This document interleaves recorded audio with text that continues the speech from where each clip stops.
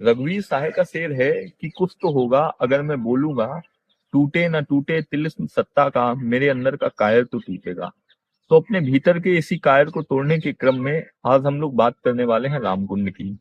रामकुंड में जैसे ही आप अंदर घुसते हैं तो सामने लगे 10-12 पत्थर अलग अलग वित्तीय वर्षों में किए गए सौंदर्यीकरण के कामों की गवाही देते हैं। अगर सौंदर्यीकरण के इन कामों को संक्षेप में समझें तो पहला जिक्र 1987 में सौंदर्यीकरण का आता है। उसके बाद लगातार अलग अलग वित्तीय वर्षों में इस पे टैक्स पेयर्स के करोड़ों रुपए खर्च किए जाते रहे हैं।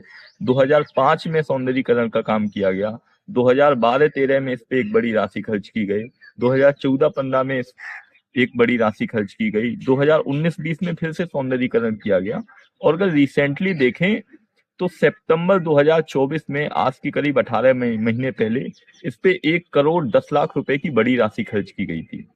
87 से इस पार्क का सौंदर्यीकरण चालू हुआ था और आज 40 वर्षों बाद ये कितना सुंदर हो पाया है। अगर हम इसे समझें तो ये जो सामने रामकुंड का तालाब है, ये तालाब की जगह इसे दलदल कहा जाए तो बेहतर होगा। बुरी तरह एजर जमा हुआ है। अगर तालाब के घाट को देखें तो अगर आप यहाँ पर 10 मिनट बैठ पाते हैं तो मान लीजिए आपने बड़े साहस का काम किया है। बुरी तरह सड़े पानी की दुर्गंध आती है। विधायक निधि से कई साल पहले यहाँ पे ये नाद क्यों बनवाए गए थे मुझे आज तक समझ नहीं आया। अगर आप में से किसी को समझ में आ गए तो मुझे भी बताइएगा।